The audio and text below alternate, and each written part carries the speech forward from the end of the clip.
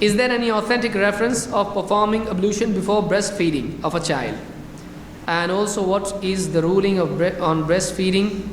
the child in the state of janaba? یعنی ایک عورت اپنے بچے کو جب دودھ پلائے تو اس سے پہلے وضو کرنے کا کیا حکم ہے، اور اس بارے میں کوئی دلیل ہے یا نہیں؟ اور کیا ایک عورت جنابت کی حالت میں جبکہ غسل اس کے لیے ضروری ہو جاتا ہے شوہر سے تعلق قائم کرنے کے بعد، کیا اس کو بچے کو دودھ پلانے سے پہلے وضو کرنا چاہیے، یا اس حالت میں وہ دودھ پلا سکتی ہے یا نہیں، کہ غسل کرنے کے بعد دودھ پلانا چاہیے؟ دیکھیے، عورت بچے کو دودھ پلائے اس بارے میں تو قرآن و سنت میں ہم کو ملتا ہے، لیکن اس بارے میں کوئی دلیل ہم کو نہیں ملتی ہے کہ وہ غسل کر کے یا وضو کر کے اپنے بچے کو دودھ پلائے، اس کی کوئی دلیل نہیں ہے۔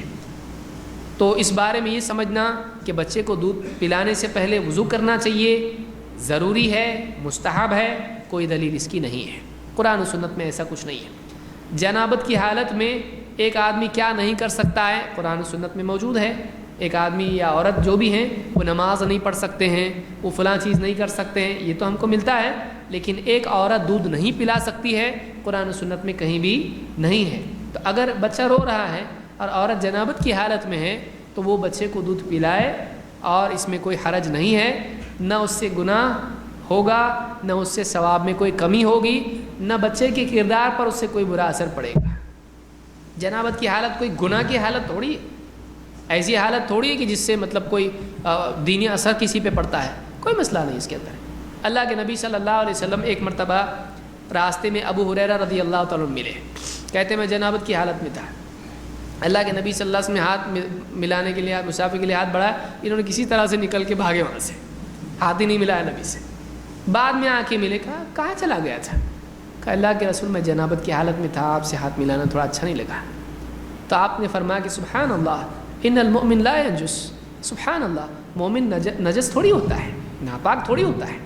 تو مومن ناپاک نہیں ہوتا ہے، جنابت کی حالت میں وہ نبی سے ہاتھ ملانے بھی لائق ہوتا ہے۔ جنابت کی حالت میں وہ نبی سے ہاتھ ملا سکتا ہے، تو بچے کو دودھ کیوں نہیں پلا سکتی ایک عورت؟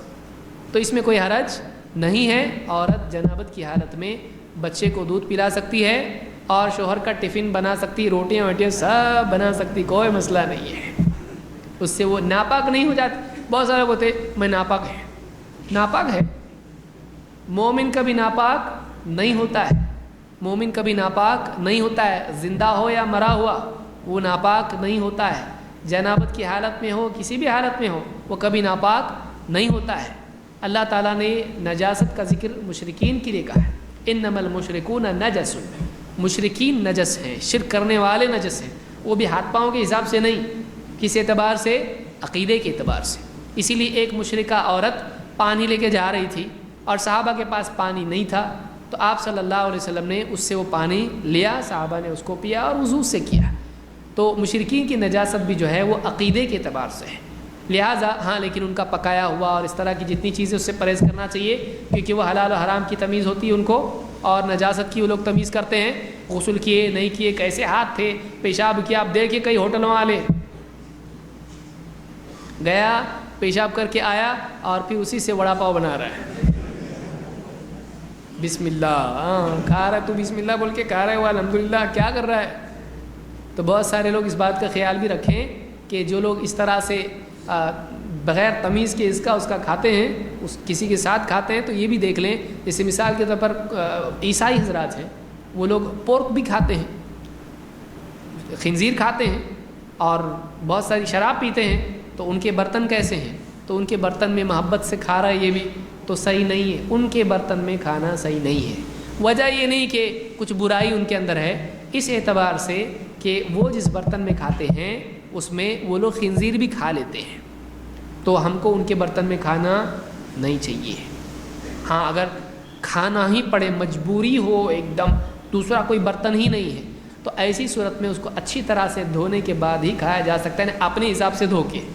پھر کھا سکتے ہیں، کیونکہ برتن میں ہمیشہ گندگی لگی رہتی ہے نہیں، تو اس کو دھو لینے کے بعد میں آپ کھا سکتے ہیں۔ تو ان چیزوں کا خیال رکھیں۔